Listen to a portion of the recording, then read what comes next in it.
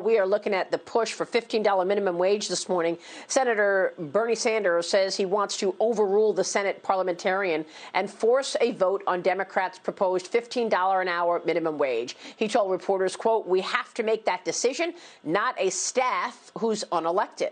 Joining me right now is the former Council of Economic Advisors Chairman, Hoover Institution Distinguished Visiting Fellow, and Vice President and Managing Director of the Lindsay Group, Kevin Hassett. Kevin, it's great to see you this morning. Welcome back. Thanks so much for being Great to be here. back, Maria. Thanks. You have studied this economy for so long. So first, I want to start on the $15 minimum wage, because you've seen cycles where you see the impact of even the conversation of taking the minimum wage up. You heard what Bernie Sanders wants to do. Your reaction?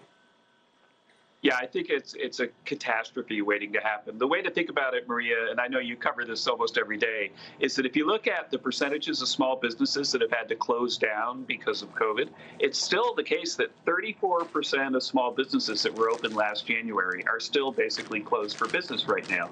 And so those guys, when they finally open up, are thinking, okay, well, I'm going to lose money now, but when I open up, I'm going to make some profit finally, and that's why I'm going to keep treading water. I'm going to try to keep this business alive. And then if you tell them that all of a sudden their labor costs, which are 70% of costs for most small businesses, are going to skyrocket because of a $15 minimum wage, my guess is that a whole bunch of them give up right now.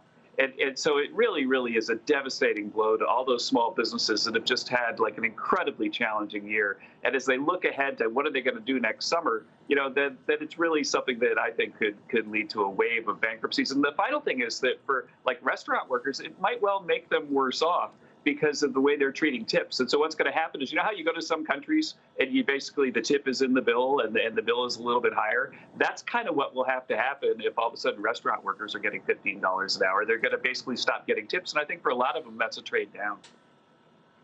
Well, there's also an uneven impact, and this is something that I spoke with Congressman Ro Khanna about earlier in the show. Right. If you're going to force $15 minimum wage for everybody, then that really puts those small businesses, 10, 20, even 100 employees, under severe pressure, because they may not be able to keep up with the Walmarts and the Amazons of the world who are better able to pay $15 an hour.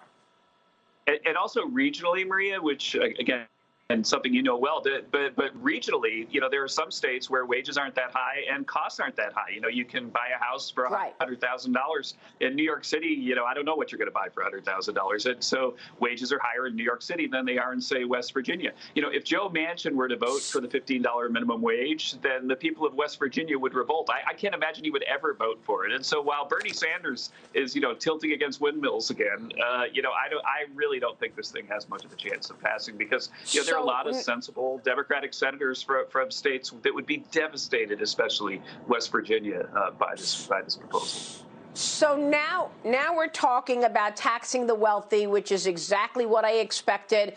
But when does it stop? Because if you start taxing people on the upper end, doesn't that trickle down eventually? Right. Senator Sanders, joined by Senator Elizabeth Warren and a slew of other Democrat co-sponsors, are backing a wealth tax. This bill would levy a 3% annual wealth tax on those worth more than $1 billion, and an additional 2% tax on anyone worth between $50 million and $1 billion. UC Berkeley economists are estimating that this tax could raise $3 trillion over 10 years and affect about 100,000 Americans, Kevin.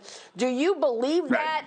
We're talking about a stimulus package right now at $1.9 trillion. That is a sixth COVID-19 bill. When you look at all of these bills together, this is 25% of the GDP. You've got to pay for it somehow. So I am fully expecting a revenue raise package to come out within the next month or so. First, give us your take on the wealth tax and raising taxes. You know, the wealth tax is about the stupidest idea ever. Those Berkeley economists who have done that revenue estimate have no credibility at all. They're Piketty's co-authors, for goodness sake, who's an avowed socialist. And the bottom line is, the way to think about a wealth tax is, so right now, if you put your money in treasuries, well, you know, you get, say, you know, less than 2% a year income. If the wealth tax is 3% a year, then that means that you've got 150% income tax on wealth. It's a tax bigger than 100% on the income from wealth. And so what happens is there have been, dozens of countries around the world that have tried it. Everybody stopped right away because once you tax wealth that much, people find ways to avoid it or to get their wealth the heck out of Dodge. That's what'll happen. The price of art will go up a lot, and people buy paintings and then ship them abroad, right? So people are going to hide their wealth if you try to tax it. And so what you want to do if you want a progressive increase in income is you have a progressive consumption tax of some type. Where you basically tax people when they buy stuff if they buy more than 100,000 or 200,000 a year of this stuff. That's what countries around the world do when they're trying to close revenue gaps like this and do it progressively. But a wealth tax, again, I think there are only a couple of countries. I think France is one of them. That Switzerland might be one of them that still have a wealth tax. Everybody else has found that it doesn't raise revenue and it causes all sorts of evasion.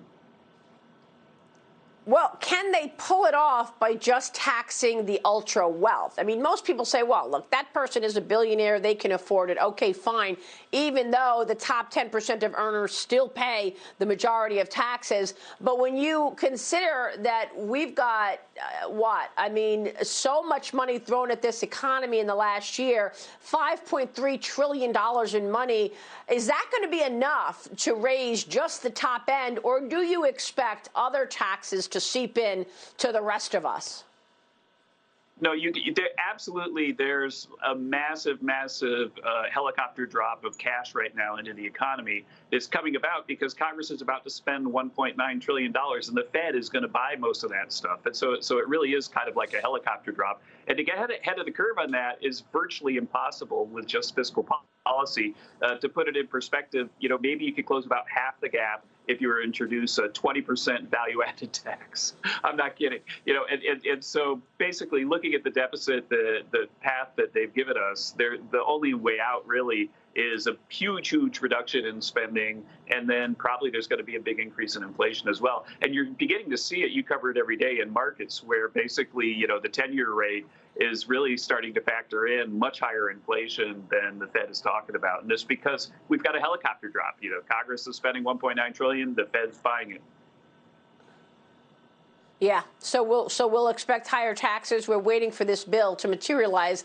Kevin, I'm really glad you went to the Lindsay Group. Larry Lindsay does such fine work. Yep. We will be watching out for your research and analysis. Kevin, good to see you this morning. Thank you, sir. Thanks, Maria. Kevin Great to be here. Hassett.